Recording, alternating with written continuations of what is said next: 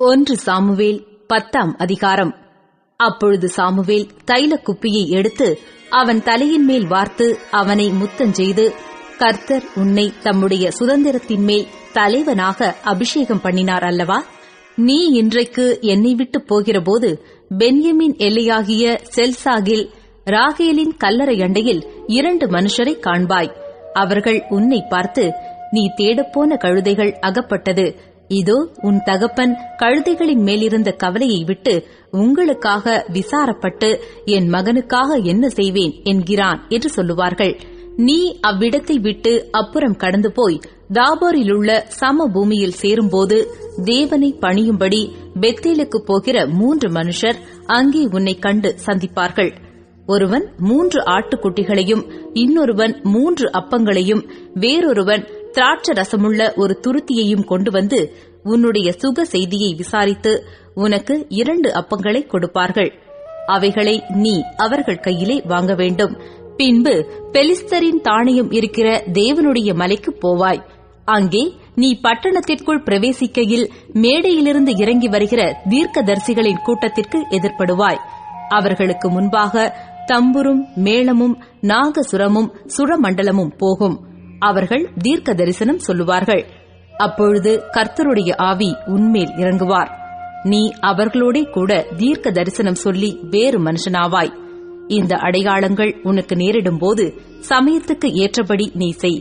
தேவன் உன்னோடு இருக்கிறார். நீ எனக்கு முன்னே கில்காலுக்கு இறங்கிப்போ. சர்வாங்க தகன பலிகளையும் சமாதான பலிகளையும் செலுத்தும்படிக்கு நான் உன்னிடத்தில் வருவேன். நான் உன்னிடத்தில் வந்து நீ செய்ய வேண்டியதை உனக்கு அறிவிக்கும் மட்டும் 7 நாள் காத்திரு என்றான். அவன் சாமுவேலை விட்டு போகும்படி திரும்பினபோது தேவன் அவனுக்கு வேறே இருதயத்தை கொடுத்தார். அந்த அடையாளங்கள் எல்லாம் அன்றைய தினமே நேரிட்டது. அவர்கள் அந்த மலைக்கு வந்தபோது இதோ தீர்க்கதரிசிகளின் கூட்டம் அவனுக்கு எதிராக வந்தது. அப்பொழுது தேவனுடைய ஆவி அவன் மேல் இறங்கினதினால் அவனும் அவர்களுக்குள்ளே தீர்க்க தரிசனம் சொன்னான். அதற்கு முன்னே அவனை அறிந்தவர்கள் எல்லாரும் அவன் தீர்க்கதரிசிகளோடிருந்து தீர்க்க தரிசனம் சொல்லுகிறதைக் கண்டபோது, கீசின் குமாரனுக்கு வந்தது என்ன? சவுலும் தீர்க்கதரிசிகளில் ஒருவனோ என்று அந்த ஜனங்கள் ஒருவரோடொருவர் சொல்லிக் கொண்டார்கள். அதற்கு அங்கே இருக்கிறவர்களில் ஒருவன், இவர்களுக்கு தகப்பன் யார் என்றான்.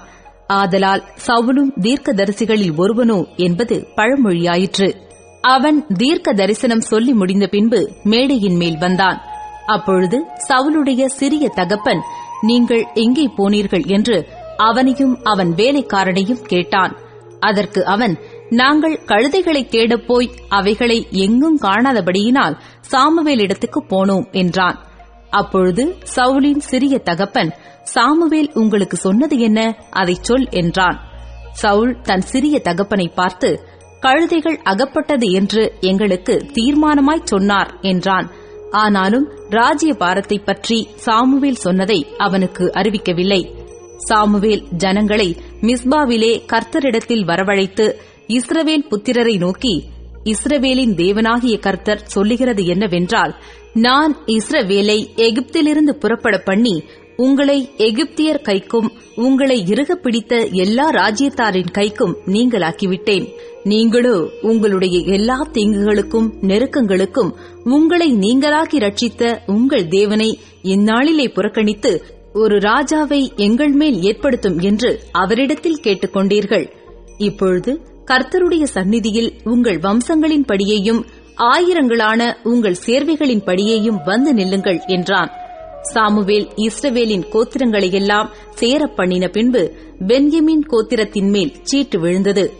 அவன் பென்யமீன் கோத்திரத்தை அதனுடைய குடும்பங்களின் படியே சேரப் பண்ணின பின்பு மாத்திரி குடும்பத்தின் மேலும் அதிலே கீசின் குமாரனாகிய சவுலின் மேலும் சீட்டு விழுந்தது. அவனை தேடினபோது அவன் அகப்படவில்லை.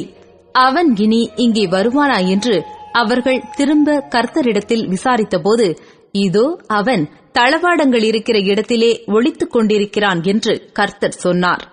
அப்பொழுது அவர்கள் ஓடி அங்கே இருந்து அவனை அழைத்துக் கொண்டு வந்தார்கள். அவன் ஜனங்கள் நடுவே வந்து நின்றபோது எல்லா ஜனங்களும் அவன் தோளுக்கு கீழாயிருக்கத்தக்க உயரமுள்ளவனாயிருந்தான்.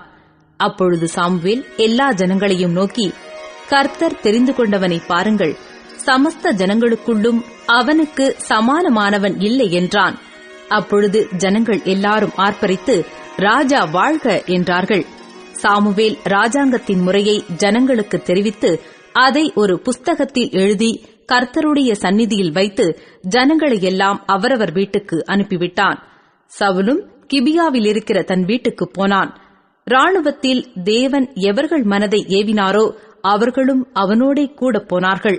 ஆனாலும் பேலியாளின் மக்கள், இவனா நம்மை ரட்சிக்கப் போகிறவன் என்று சொல்லி அவனுக்கு காணிக்கை கொண்டு வராமல் அவனை அசட்டை பண்ணினார்கள். அவனோ காது கேளாதவன் போல இருந்தான்.